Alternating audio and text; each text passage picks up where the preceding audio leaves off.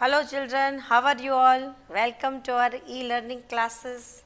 Today we are going to go for chapter 3, animals and their feeding habits. Even animals require food for growth and health.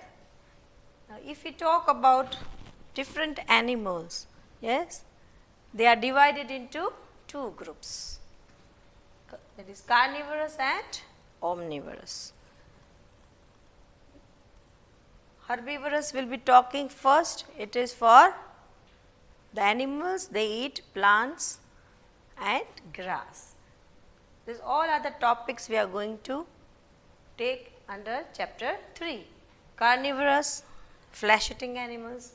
Omnivorous are the animals which are under the classification of taking the plant products as well as the flesh also.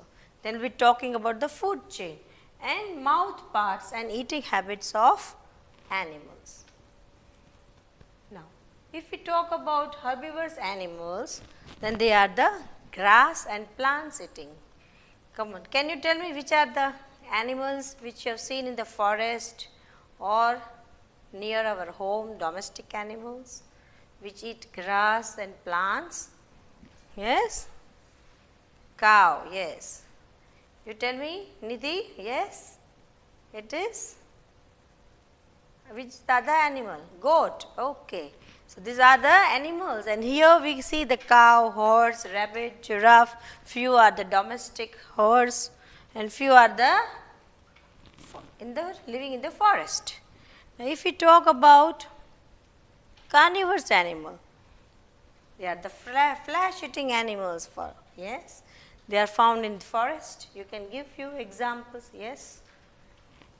Lion, tiger, dolphin, yes. These all are the animals. Even we are going to talk about the animals, that is the aquatic animals living in the fresh water and salty water, that is the marine life of our animals. Now if we talk about omnivorous animals, they are the animals that both eat plant and animals as their food. So, which are the best examples? Humans, bears, crow, rat, etc. Yes. Now, if we talk about carnivores, yes, in that their eating habits in detail, then we can see they have the 4 long, sharp, pointed teeth to tear the flesh, and they have the backbones are flat to chew the flesh. Same way if we talk about the eating habits of herbivores, then their front teeth are flat, yes, and they are broad. Okay, they are broad in the front, and at the back side they are flat, as we have our molars. Back side where we chew are flat. Yes, the same way the herbivorous animals are having the front teeth which are always broad. Yes, they are sharp. Next we talk about animals like squirrel and rabbit, which always going on biting something. You have seen the front teeth they use.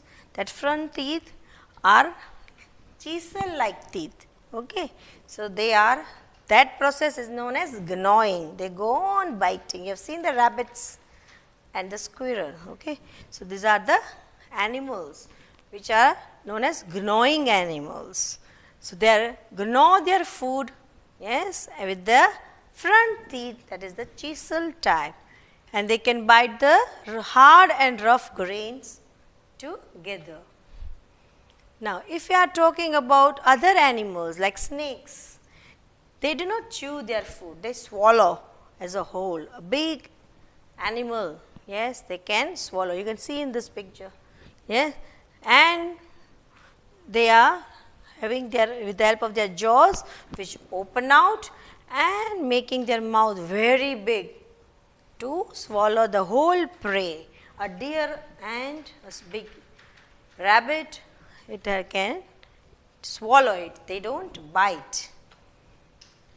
Now if we talk about the other animals, that is the elephant, then elephant uses the trunk for two purposes. It is for drinking and bathing also. Yes.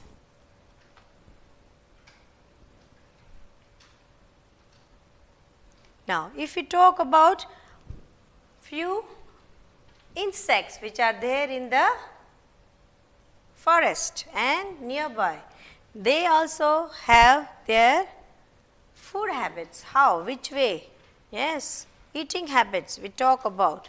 Butterfly, yes, they have mosquitoes, leech, they have long hollow tubes, and with that long tubes they suck their food. Mosquitoes food is the blood, yes, and with the butterfly with the long tubes they suck the nectar from the flowers and then they make, you see, that is their food. Then we talk about leech, yes, they are the insect which feeds attached to the other animals. Yes, leech is an animal which is always sticking to the skin of the other animal. So, it can suck the blood with the long hollow tube like structure, and they can suck its blood and that is their food. Now, if we talk about chameleon, and chameleon and frogs, they have long tongue, yes, and they roll up inside their mouth when it is inside. When they see the prey, the long tongue comes out and they can help to catch the insects. So, they also swallow their food with the help of their tongue. Now, if we talk about the food chain, in the food chain we see that there are plants, grass which makes their own food and they do not depend on the other animals. So, plants are the producers, they produce the food on their own with the help of sunlight, water and minerals.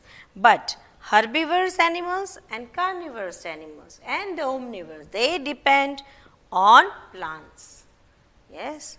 How, in which way? So, the plants are being consumed by deer which is herbivores, and the deer is consumed by the tiger, and this cycle goes on.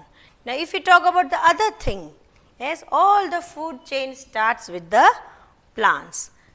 Either they directly or indirectly they depend for the food for the plants or animals. So, if we talk about carrot, yes, it is a plant product. It is always consumed by the herbivorous animals. Here we have put rabbit, and it is always consumed by the carnivorous animals which is the fox.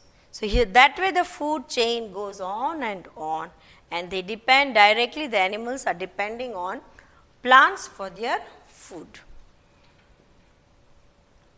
And the last topic is the care of animals. Animals which are living in wild, yes, they take care of themselves.